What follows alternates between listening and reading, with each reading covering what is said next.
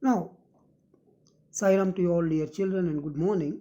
Today, again, I will be continuing with the same lesson, mass and density, class 6, subject science, chapter number 7, and part 5. But before I take you all through part 5 of this lesson, I wish to recollect what was discussed in part 4. What did we learn in part 4 of this lesson? We learned about density, right? And also volume, right? Now, what is our understanding of density? If the molecules in an object are loosely packed, then the density of that object is less, and if the molecules in an object or any body is tightly packed or closely packed, then the density of that object or body is more. And when does the body or any object sink, and when when does the object or any body float?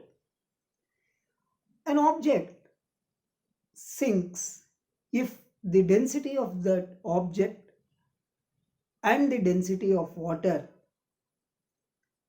is compared. Say the object, in the sense, if the density of the object is more than the density of water, then it sinks. If the density of object or any body is less, then it floats. So if the density of any object is less than the density of water, I repeat, if the density of any object or any body is less than the density of water, it floats. If the density of any object or any body is more than that of water, then it sinks. So again, what do I mean by density of an object being more? When do we say that the density of a particular object is more? Only if the molecules are tightly packed in an object, the density of that object will be more. If the density of the object is less, we mean that the molecules in that object are loosely packed. For example, coin and wood. The density of coin is more, and so it sinks. So that means the molecules in that coin are very closely packed. Whereas wood floats because its density is comparatively less than the density of water. So it floats. So density of object compared to the density of water is less. What do I mean by that? It means that the molecules in wood are loosely packed, and so its density is less, and so wood floats. Right. Now, let us understand the term buoyancy. What do we mean by buoyancy? Take an empty plastic water bottle, close its mouth with a cap, immerse the bottle in a bucket filled with water. Take an empty plastic water bottle, close its mouth with a cap, immerse the bottle in a bucket filled with water. Then, what is our observation? The bottle just pops up. The bottle just pops up.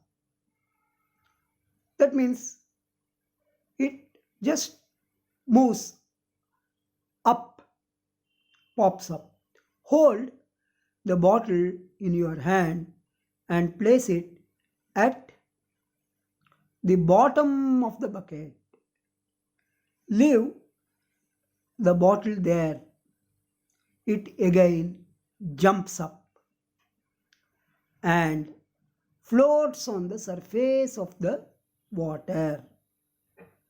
Okay. Now, put some small stones or pebbles in the bottle and try to immerse it in water.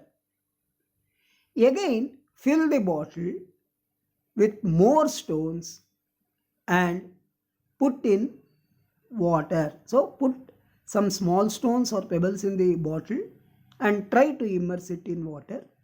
Again, fill the bottle with more stones and put it in water. Observe the result in all these situations.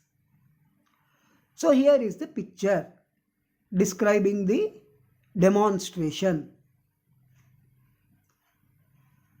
Whenever a body is wholly or partially immersed in water, water exerts an upward force on it.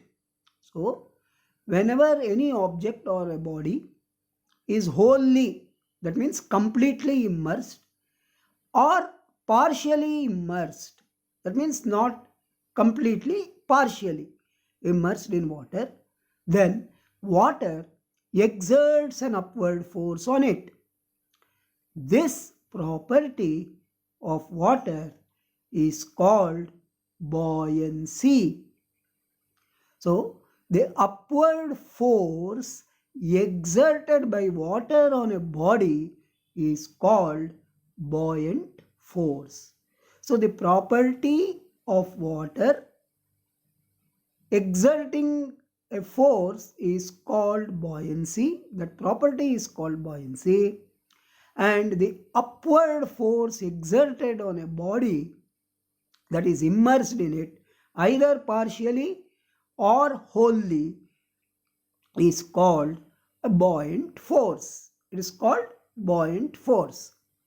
Now, if the upward force is more than the weight of the body, it floats. If the upward force is more than the weight of the body, it floats. If the upward force is less than the weight of the body, it sinks. Okay. Now, here is the summary.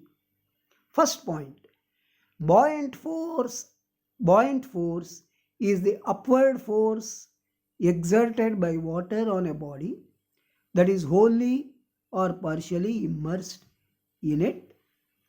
This property of water exerting force, upward force on any object or any body is known as buoyancy.